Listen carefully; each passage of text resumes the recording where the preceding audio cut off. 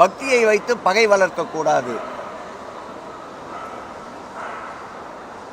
சமாதானம் என்பதுதான் இறைக்கொள்கை, சனாதானம் என்பதல்ல இறைக்கொள்கை.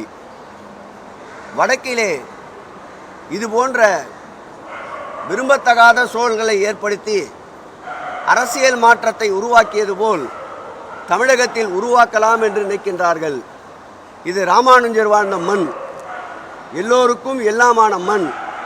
அதோடு மட்டுமல்ல, ஒரு காலத்தில் வல்லபாய் பட்டேலை இந்தியாவின் இரும்பு மனிதர் என்று போற்றுவார்கள். இன்றைக்கு தமிழகத்தினுடைய இந்தியாவே உற்று நோக்கின்ற இரும்பு மனிதராக இருக்கின்ற மாண்புமிகு தமிழக முதல்வர் எங்கள் உயிரினும் மேலான அன்பு தலைவர் அவருடைய ஆட்சியில் பிரிவினை என்பது எந்நாளும் எடுபடாது. பிரிவினை சக்திகள் இரும்பு கரம் கொண்டு அடக்கப்படுவார்கள். இந்த தமிழகத்தை பொறுத்தளவில் எங்கள் முதல்வருடைய கொள்கை எல்லோருக்கும் எல்லாமான அரசு.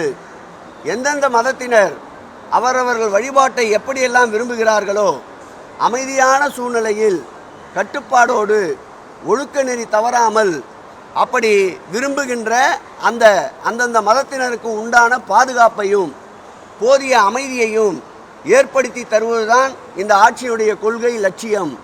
அந்த வகையிலே இந்த ஆட்சியை ஆன்மீக ஆட்சி என்று கூறாதவர்கள் எப்படி மஞ்சக்காமாலை கண்கள் கொண்டவருக்கு கண்டதெல்லாம் மஞ்சள் என்பது போல் தோன்றுமோ அதுபோல்தான் இந்த ஆட்சியின் மீது குறை கூறுபவர்கள் என்பதை நான் இங்கே பதிவிடுகிறேன்.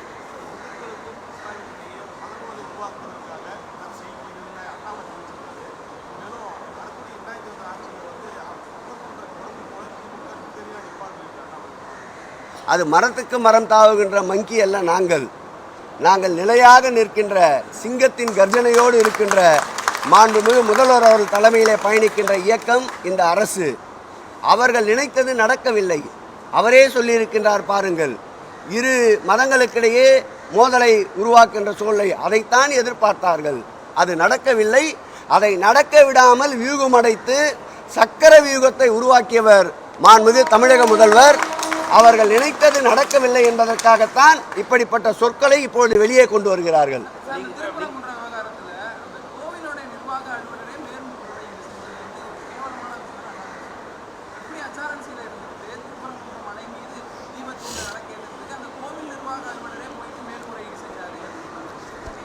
திருவண்ணாமலையிலே கார்த்திகை தீபம் சரித்திர ஆவணங்கள் படி பார்த்தால் 350 ஆண்டுகளுக்கு மேலாக ஏற்றப்பட்டு வருகின்றது.